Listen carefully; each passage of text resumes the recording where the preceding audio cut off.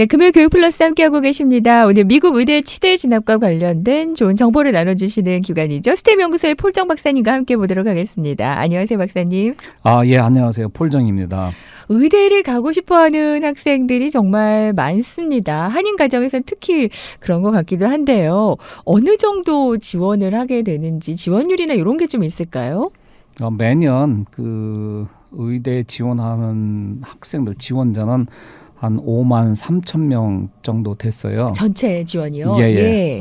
그 중에 한 2만 2천 명 정도가 이제 의대 정원이라서 이제 입학해서 다니고 있는데요. 네. 실질적으로는 한 2천 명 정도 더 합격을 하는데 합격하고도 의대 진학을 안 하는 학생들이 그 정도 된다고 그래요. 통계를 보면은. 네. 그러니까 5만 3천 명 정도 지원한 가운데 거의 2만 5천 명 정도가 합격 통보를 받고 그중에 한 5만 2천 명 정도가 등록해서 다니고 있다 보니까 네. 일반적으로 보면은 한 43% 정도는 지원자 가운데서 의대 합격 통보를 받는다고 보시면 되죠. 한 절반보다 조금 낮게 이제 합격 통보를 받는다라고 보면 되겠네요. 그렇죠. 이게 합격률이 되게 높은 편이기는 해요. 네. 근데 이제 이게 전체적으로 봤을 때 그런데 만약에 특정 대학교 의대는 지원자가 거의 10,000명 정도 되거든요. 일부 이제 10,000명이 넘는 데도 있고요. 네. 그런 가운데 정원이 한 150명이다 그러면은 네. 대개 합격 통보를 주는 게 한 300명 정도 합격 통보를 줘요. 네. 그 중에 이제 중복으로 합격한 학생들이 자기가 원하는 학교 쪽으로 등록하고 나면은 네. 한 20명에서 많게는 50명 정도 네. 또 웨이팅 리스트에서 충원하는 이러한 시스템이거든요. 네. 네. 그러니까 합격률도 높기는 하지만은 내가 특정 학교로 가고 싶다 했을 때 그게 가는 건 쉽지는 않고요. 저희가 보는 거는 웨이팅 리스트에 한 3학교 정도만 웨이팅이 된다고 하면은 그 중에 하나는 네. 충분히 합격할 수 있다 이렇게 보고 있어요. 한 3개 정도에서 웨이팅이 오면은 그때 좀 가능성이 있는 거군요. 그렇죠. 이제 대학하고는 달리 네. 의대의 경우는 웨이팅 되어 있는 상태에서 합격 통보를 받는 경우가 굉장히 많아요. 네. 그래서 저희 같은 경우에는 한 3개 학교 정도에서 인터뷰 후에 합격을 못했다 하더라도 웨이팅만 받으면은 충분히 합격할 가능성이 있다 이렇게 보고 있어요. 네. 지금 이제 지원을 많이 해놓고 있으실 텐데 아직까지 연락이 없지만 와서 이제 웨이팅이라고 한다면 좀 기대를 해보시는 것도 괜찮겠네요. 리젝이면은 아니겠지만 그죠? 그렇죠. 이제 지난주에 그 인터뷰한 학생도 이제 네. 제가 이런 얘기를 학생들한테 많이 해줘요. 그랬더니 인터뷰는 잘한 것 같은데 만약에 웨이팅이라 하더라도 자기는 행복할 것 같다 이렇게 얘기를 하더라고요. 네. 물론 이제 웨이팅 걸렸을 때 이제 저희한테 도와달라고 하는 의미도 있어요. 예. 초조하니까 이제 그럴 텐데요. 예. 코비드 때 이후로 좀 많이 늘었다라는 이야기 들었거든요. 지금은 어떤가요? 처음에 코비드가 딱 터졌을 때는 지원자가 한 10,000명 정도가 늘었었어요. 네. 그래서 그때는 저희 학생들도 팬데믹 이전에는 한 5, 6개 인터뷰를 받던 학생들이 한 2개, 3개밖에 못 받는 이런 상황이 벌어졌고요. 네. 근데 이제 지금 이제 팬데믹 끝났잖아요. 예. 그래서 작년에 의대 지원하는 학생들 통계를 보니까 이제 팬데믹 전 이전하고 거의 비슷하게 됐고요. 네. 근데 팬데믹 이전보다는 약간 줄었어요. 많이 줄었죠. 그리고 그러니까 합격한 학생들의 아카데미 스코어를 보더라도 GPA는 주로 이제 작년 같은 경우 3.74 정도 평균이었는데 네. 이번에 합격한 학생들의 평균이 3.77로 많이 올랐어요. 더 올랐네요. 네. 그런데 이제 MCAT 점수는 511.9에서 이번에 511.7인가로 약간 떨어졌고요. 네.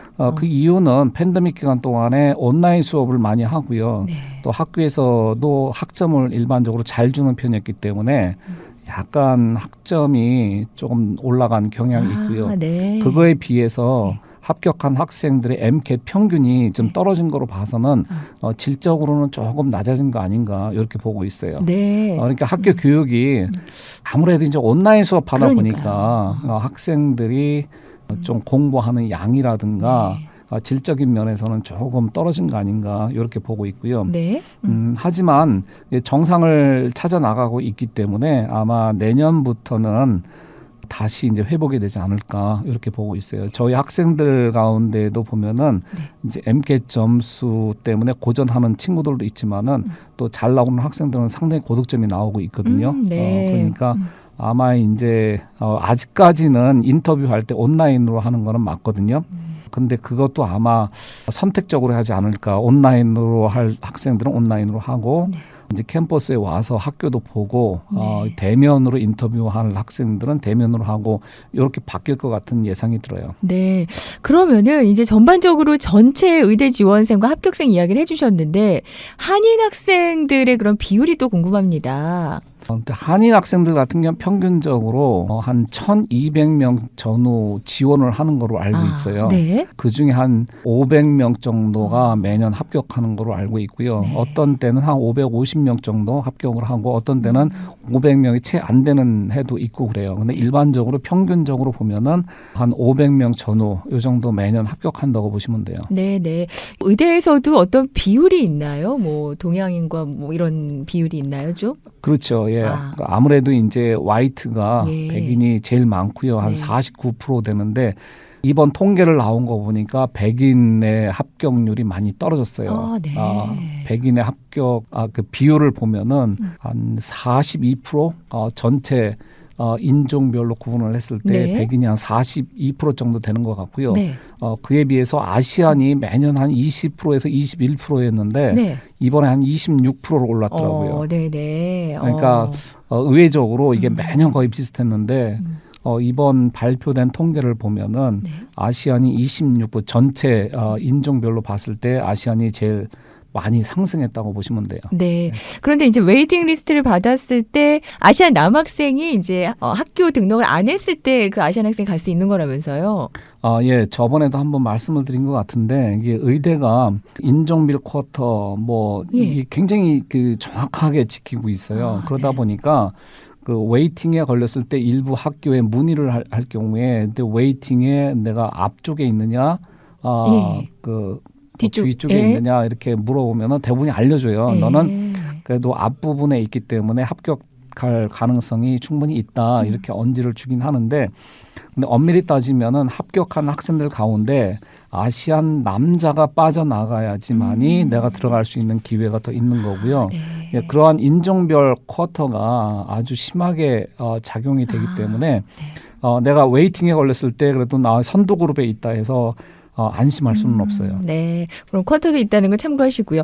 일단은 이제 아시안 합격 비율이 조금은 더 올랐다라는 또 이야기도 해주셨는데요. 그렇다면은 미국 의대를 지원할 때 준비를 잘 해서 지원을 하는 게 중요하겠죠. 어떤 조건들이 있는지 저희가 잠시 광고 듣고 와서 그 조건들을 알아보도록 하겠습니다. 여러분께서는 스템 연구소에서 제공해드리는 교육 정보 전해 듣고 계십니다. 미국 의대 치대 진학과 관련된 정보를 나눠주시는데요. 상담을 원하시는 분들은 714-264-2244 714-264-2244번으로 하시면 되겠고요.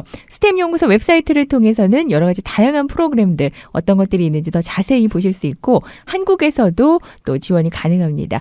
잠시 광고 듣고 돌아옵니다.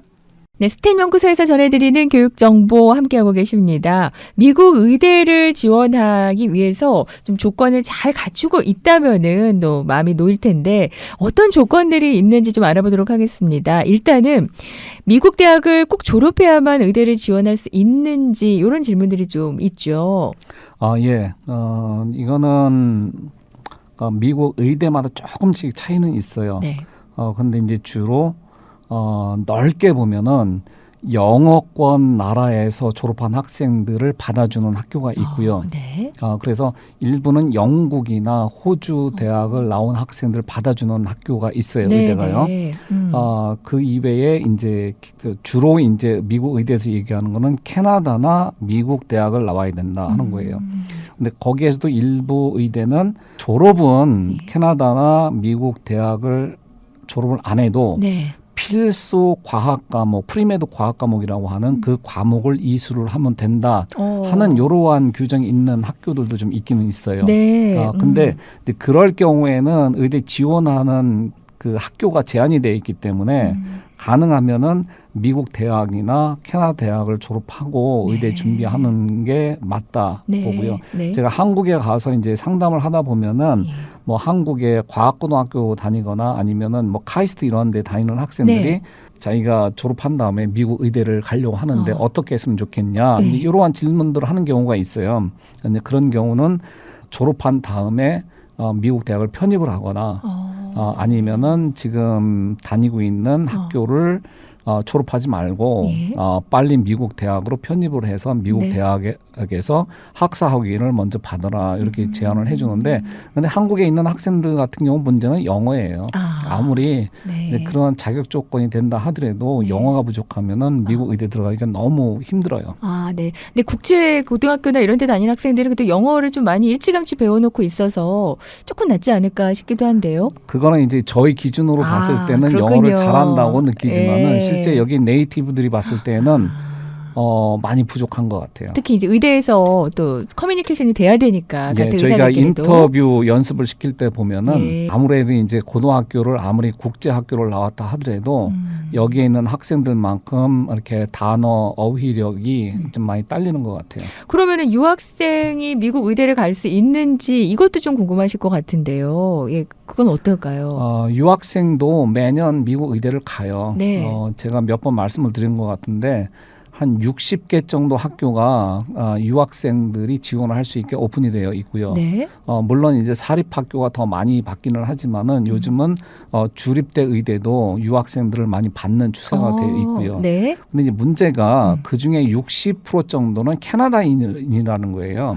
그러니까 만약에 1년에 한 350명 정도가 그러니까 인터내셔널 학생으로 미국 의대 합격을 하고 있거든요. 네. 근데 이제 통계를 보면 요거보다는 조금 더 많은 것 같아요. 그런데 등록하는 학생들이 요 정도 되다 보니까 이제 유학생들 같은 경우에는 거의 뭐 1년치 등록금 재정 보증을 해야 된다거나 어떤 학교는 4년치를 보증해야 된다는 이런 규정도 있기 때문에 네. 아마 경제적인 것 때문에 합격은 했어도 등록을 안 하는 학생들이 좀 있는 것 같아요. 네, 네. 그러니까 이런 학생들 가운데 여기서 한 60%가 캐나다 시민권자들이기 때문에 실질적으로 한국 유학생으로 미국 의대에 합격하는 학생은 제가 봤을 때는 10명 미만이 아닌가 이렇게 보고 있어요. 근데 못하는 건 아니군요. 합격할 가능성이 있는 거군요. 유학생도. 그렇죠. 저희도 매년 유학생 예. 신분으로 의대를 합격을 하는 학생들이 나오고 있거든요.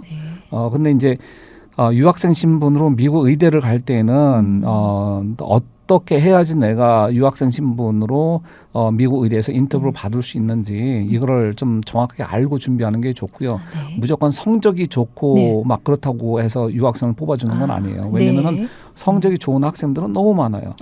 네. 근데 약간 저희가 이제 생각했던 거는 경험을 해보니까 유학생이 인터뷰 받는 게 힘들지 일단 인터뷰만 받게 되면은 일반 시민권자나 영주권자나 합격할 기회는 똑같다 보시면 돼요. 네. 그래서 만약에 유학생 신분으로 미국 의대를 준비한다 했을 때는 내가 어떻게 해야지 인터뷰를 받을 수 있는가. 네. 그러니까 의대에서 보는 거는 가장 중요한 건 성적은 어느 정도 이상이면 되는데 나 그 이외의 활동에서 얼마나 열심히 열정을 보이게끔 했는지 이런 네. 거를 다른 학생들하고 비교를 했을 때 눈에 띄게만 해주면은 충분히 인터뷰를 받을 수 있다고 봐요. 네.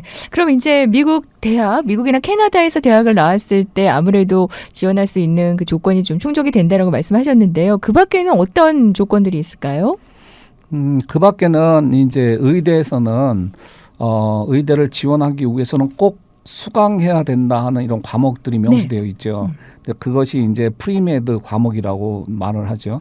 뭐 영어 1년, 수학 1년 이렇게 되어 있는데 영어 같은 경우에도 주로 이렇게 라이팅 인텐시브 코스를 들으라고 명시가 되어 있고요. 또 수학 같은 경우에는 뭐 캘큘러스 한 학기, 다음에 통계학을 들어라 이렇게 되어 있고요. 통계학 한 학기를 들으라고 되어 있고 또 1년이긴 하지만은 수학을 뭐 캘큘러스를 1년 듣는 것보다는 통계학을 한 학기 듣고 캘큘러스 한 학기 듣고 예. 또 일부 뭐 존 섭킨스나 이런 명문대 의대 같은 경우에는 통계학을 들을 경우에는 바이오스탯을 들어라. 그러니까 생물 통계학을 들어라. 네. 또 생물 통계학을 듣고 또 에피데미올로지 수업을 들어라. 이렇게 가이드라인을 좀 자세하게 준 학교들이 꽤 많아요. 예, 예. 그리고 그리고 또 일부 이제 물리도 이제 1년을 들어야 되고요. 근데 물리 같은 경우에도 이렇게 그 의대에서는 좀 디테일하게 명시가 돼 있어요. 물리학 중에서도 뭐 광학, 약간 그 유체역학, 뭐 이런 쪽을 더 이제 열심히 뭐 들어라 이렇게 되어 있는 것들이 있기 때문에 만약에 특정 학교를 준비한다고 했을 때는 그 학교 웹사이트 들어가서 필수 과목들을 어떻게 또 언급이 되어 있는지를 보는 게 좋고요. 네. 또 화학 같은 경우에도 이게 그 우리가 그 MCAT을 가르치다 보면은 이 많은 과목을 다 커버하기가 너무 힘들어요. 네. 근데 의대에서 중요시하는 이러한 파트가 있는데 그걸 중점적으로 공부를 하면은 아마 MCAT 공부하는 것도 쉬울 거예요. 근데 화학 같은 경우에도 이제 뭐 그 키네틱스라든가 아니면은 엑시드 베이스 이런 이퀄리브리엄, 평형 이런 거에 대해서 자기네들이 이제 좀 집중적으로 들어라 이렇게 강조하는 이런 부분들이 있어요. 근데 그런 거 위주로 공부를 하면 될 것 같고요. 그리고 뭐 유기화학이 있고 생화학이 있고, 근데 생화학 같은 경우에는 이제 한 학기만 들어도 된다고 이렇게 되어 있고요.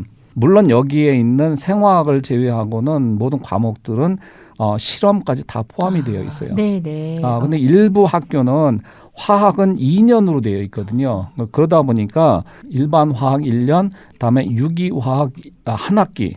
이렇게 들어도 이렇게 그것도 생화학이기 때문에 한 2년이 되잖아요. 그래서 그것만 충족시켜 주면은 또 괜찮은 학교가 있고요. 근데 이게 문제가 어떤 학교는 유기화학도 1년이라고 명시되어 있는 학교들이 있어요. 그러다 보니까 가능하면은 그런 제한이 없이 모든 학교를 지원하려고 했을 경우에는 일반 화학 1년, 또 유기화학 1년, 생화학 한 학기 이렇게 들어주는 것이 좋고요. 그 이외에 또 추천해 주는 과목들이 있는데 의대에서는 제네틱스, 그러니까 유전학을 한 학기 들어라 이렇게 되어 있고요. 만약에 바이오케미스트리에서 생화학에서 1, 2 유닛 정도의 이 그 유전학이 있다고 하면은 그거를 커버를 해도 된다 이렇게 되어 있는 학교도 있고요. 그리고 뭐 약간 어퍼 레벨의 뭐 셀 바이올로지를 들어라 뭐 이런 게 있는데 저희 같은 경우에는 제네틱스하고 생리학, 피지올로지 수업은 듣는 게 좋다 이렇게 학생들한테 권하고 있어요. 네네. 뭐 심리학이나 사회학 이런 것도 해당이 되나요?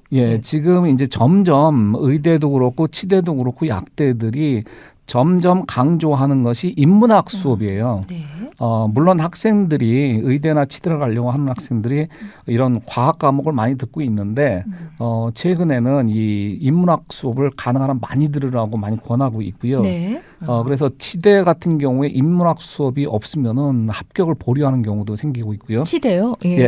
일부 그래서 UC 샌프란시스코 치대 이런 데서는 또 이게 심리학이나 사회학이 필수 과목으로 지정이 돼 있어 갖고 그걸 미리 준비 안 한 학생들 같은 경우에는 이번에 지원할 때 좀 지장이 있는 경우가 있었어요. 네네. 그렇게 되면 어떻게 하나요? 다시 그걸 어디서 따로 들어놓고 이제 지원을 하게 되나요? 조건은 원서를 지원을 할 때에 다 이수를 못했을 경우에 그 의대나 치대에서 요구하는 거는 그러니까 합격해서 등록하는 해에 8월 1일까지 다 맞추면 된다고 되어 있어요. 그러니까 만약에 원서를 냈을 때에 이 수업이 꼭 필수 과목이었는데 내가 수강을 안 했다 하면 당황하지 말고 그때 대학에 등록을 해서 수업을 들은 다음에 추후에 그 점수를 제출하면 돼요. 그렇군요. 당황할 필요는 없을 것 같습니다. 일단은 그 기간이 좀 남아 있는 것 같고요. 그런데 의대 지원할 때 인정받을 수 없는 과목들도 좀 있나요? 주로 이제 패스 페일로 되어 있는 과목들이라든가 온라인 수업으로 되어 있는 과목들은 원래 인정을 안 해줘요. 특히 그러니까 필수 과목 가운데에서는. 근데 팬데믹 기간 동안에는 많은 학생들이 온라인으로 했기 때문에 온라인 수업은 아직까지는 이번 해까지는 인정을 해주겠다고 발표가 되어 있고요. 근데 패스 페일로 되어 있는 경우에는 아마 지금 많이 인정을 안 해줄 거예요. 일부 학교에서는 2과목 이상 패스 페일로 하지 말라고 이렇게 되어 있기 때문에 아마 이제 팬데믹 끝났기 때문에 아마 그거는 인정을 안 해줄 것 같고요. 그리고 문제가 되는 것이 이제 그 AP 크레딧 받은 경우는 어떻게 되느냐? 하이스쿨 때 받은 이제 그런 거에 대해서 질문하시는 분들이 있는데 아직까지는 AP 크레딧은 인정을 해줘요. 대부분의 의대에서는 치대에서는 일부 인정을 안 해주는 학교들이 생겼고요. 하지만은 AP 크레딧 인정을 받았을 경우에 그 어퍼 레벨 수업을 한 학기를 들어야 돼요. 네. 근데 그 어퍼 레벨이 어렵기 때문에 오히려 학점 받기가 어려울 수도 있고 공부하기도 어려워요. 네, 그래서 네. 가능하면은 의대 필수 과학 과목은 AP 크레딧 받지 말고 네. 대학에서 네. 일반 화학, 일반 생물학, 일반 물리 이런 식으로 듣는 것을 권하고 있어요. 네. 그리고 일부는 커뮤니티 칼리지 수업 들은 경우는 뭐 인정을 받느냐 이렇게 질문을 하는데 네. 이제 대부분의 그 미국 2년제 이상 대학에서 수업 들은 건 다 인정을 해줘요. 네. 다만 약간의 그 퀄리티 때문에 네. 존스 홉킨스나 이런 데서는 만약에 커뮤니티 칼리지에서 수업을 들었다고 하면은 다니는 학교에서 그 어퍼 레벨을 들어라 이렇게 많이 권하고 있어요. 네, 네. 그래서 무조건 뭐 한 과목 정도는 너무 우리 학교가 너무 어려워서 그냥 쉽게 하겠다 해서 커뮤니티 칼리지에서 수업 듣는 거는 큰 문제가 되진 않을 거예요. 네. 근데 만약에 예. 뭐 MIT 다니는 학생이 어려워갖고 쉽게 하겠다 해서 커뮤니티 칼리지에서 뭐 한 3과목 정도 들었다 이런 거는 아주 치명적이 될 수 있어요. 한 과목 정도는 뭐 그래도 될 수 있는데. 그렇죠. 예. 그러면은 이제 아까 AP 크레딧을 받지 말고 일반 화학이나 일반 또 생물부터 하는 게 좋다라고 말씀을 하셨는데요. 그 이유가 잘못하면 어퍼 레벨부터 바로 듣다 보면은 GPA가 떨어질 수도 있기 때문에 그러신 건가요? 그러니까 제가 여태까지 학생들 지도하면서 느낀 거는 의대 준비는 어렵게 하면 힘들다는 거예요. 네. 그러니까 의대에서 하라는 거 위주로 꾸준히 해나가면은 어렵지가 않은데 욕심 부리고 어렵게 하다 보면은 빨리 하려고 그러고 그렇죠. 특히 고등학교 때 공부를 잘했던 학생들 이렇게 커리큘럼이나 트랜스크립 이렇게 보면은 뭐 수학 같은 경우에 뭐 멀티베리어블, 리니어 알gebra 막 대학교 때 이렇게 한 학생들이 있어요. 근데 그런 거 의대 가면 써먹지도 못하고 의대에서 그러한 고난도의 수학을 요구하지도 않아요. 단순히 그 의대에서 추천한 거는 캘큘러스, 그러니까 미적분학하고 그다음에 통계학 정도면 충분하다는 거예요. 근데 그 어퍼 레벨 뭐 리니어 알gebra 이런 걸 듣느냐고 고생하면서 하는 것보다는 그냥 의대에서 권하는 거 위주로 하면서 그 이외에 여러 가지 이제 의료 활동이나 이런 거에 더 치중하는 게 오히려 의대 진학하는 데 훨씬 유리하다는 거예요. 너무 어렵게 가지 않을 수 있는 방법이다라는 말씀이시고요. 일단은 이제 그런 과목에 이어서 MCAT 점수가 또 필요한 걸로 알고 있는데 MCAT 점수 없이도 의대를 진학할 수 있는 방법이 있나요? 가장 대표적인 것이 통합 과정을 거치는 경우 우리 고등학교 학생들이 대학을 지원할 때에 뭐 BSMD 프로그램이나 아니면 대학생이 대학교 2학년 때에 Early Assurance 프로그램으로 미리 의대 진학을 하는 경우 이런 경우는 학교에 따라서 MCAT을 면제시켜주는 경우가 있고요. 또 인문학을 전공하니까 non-science를 전공한 학생들이 졸업 후에 특정 그 포스펙 프로그램을 할 경우에 약간 링크되어 있는 이런 의대에서는 일부 MCAT을 면제를 해주고요. 또 웨이브를 해주고 인터뷰 갖고 합격, 불합격을 하는 경우가 있어요.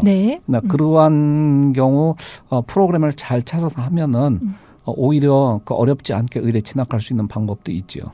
MCAT 점수를 받기가 그렇게 어렵기 때문에 또 이거 이제 이런 방법이 있다면 도움을 받을 수 있을 것 같다는 생각을 하시는 것 같고요. 또 하나는 이제 활동들이 필요하지 않을까 싶습니다. 어떤 활동들이 필요할까요? 제일 중요한 거는 그 의대는 의료인을 배출하는 기관이기 때문에 그 의대를 준비하는 학생이 가장 순수하게 의료 경험을 하는 거는 쉐도잉이에요. 그 의사가 환자를 어떻게 진료하는지 그림자처럼 따라다니면서 관찰하는 거. 이 시간이 대개 한 150에서 한 200시간 정도 하라고 저는 권하고 있어요. 그런데 학생들이 의대 가기 위해서 뭐 리서치 이런 걸 많이 하는데 꼭 필요한 거는 리서치는 꼭 없어도 의대 진학하는 데에 문제는 없는데 아무리 리서치 이런 걸 많이 했어도 쉐도잉 시간이 없으면은 의대 진학할 때 인터뷰 받기 너무 힘들어요. 요런 점들, 그러니까 여러 가지 활동들, 그리고 MCAT 점수를 이제 잘 받기 위한 그런 도움, 또 과목과 관련해서도 스탠 연구소는 이런 정보를 좀 많이 도와주시는 것 같아요. 그렇죠. 이제 저희가 이제 경험을 많이 했기 때문에 무엇을 해야지 의대에서 관심을 갖는지.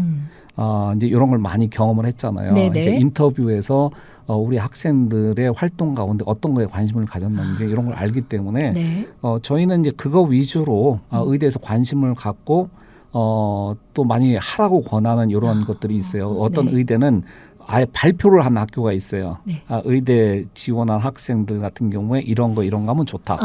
네. 발표한 게 있기 때문에 이제 그런 거 위주로 의대에서는 무엇을 중요시하는가. 네. 많은 학생들이 그걸 잘 몰라요. 근데 이제 대표적인 것이 이제 쉐도잉도 있지만은 네. 튜터링 익스피리언스예요. 그러니까 어떤 그 커뮤니케이션 스킬을 임프루브하는 것 중에 가장 좋은 게 딴 사람을 가르쳐봐라 하는 것 같아요. 예. 그래서 의대에서는 그 튜터링 하는 것을 많이 권하고 있어요. 네, 네. 이런 정보들 이제 함께 나누실 수 있는데 상담을 원하시는 분들은요. 스템 연구소에 문의해 보시면 좋을 것 같습니다. 스템 연구소 714-264-2244 714-264-2244번으로 하시면 되고요. 스템 연구소 웹사이트 들어가 보시면은 여러 가지 프로그램들 다양하게 나와 있습니다. 한국에서도 문의하실 수 있고요. 오늘 스템 연구소의 폴정 박사님과 함께 했습니다. 고맙습니다. 예, 감사합니다.